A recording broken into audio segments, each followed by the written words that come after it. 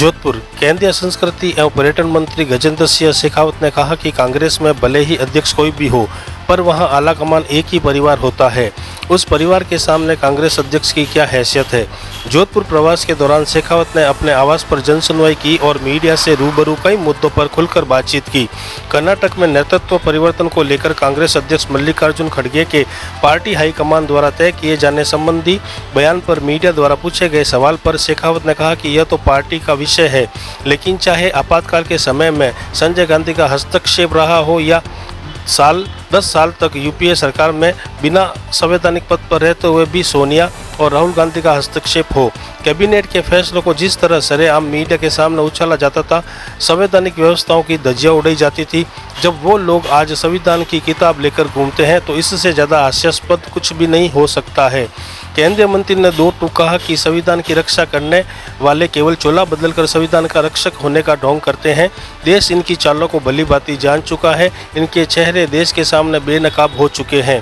केंद्रीय मंत्री शेखावत ने दावा किया कि बिहार विधानसभा चुनाव में एनडीए गठबंधन को प्रचंड बहुमत मिलेगा।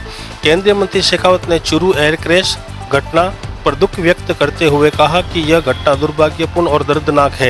एयर क्रैश में 2 पायलटों के शहीद होने से पूरा देश शोक में डूबा हुआ है। पूरे देश की संवेदनाएं शहीदों के परिवारों के साथ है। पार्टी इस बारे में मुझे लगता है कि कहीं कोई संशय की स्थिति नहीं है। कांग्रेस पार्टी में अध्यक्ष चाहे कोई भी हो, आला कमान एक परिवार मात्र होता है। और कांग्रेस पार्टी के राष्ट्रीय अध्यक्ष की परिवार के सामने क्या हैसियत है ये सब लोग जानते हैं। ये तो केवल पार्टी तक का विषय है। चाहे इमरजेंसी के कालखंड में संजय गांधी जी का हस्तक्षेप हो या 10 साल तक यूपीए की सरकार में नॉन कॉन्स्टिट्यूशनल पोजीशन पे रहते हुए भी सोनिया गांधी जी और राहुल गांधी जी का जिस तरह से सरकार पर हस्तक्षेप था,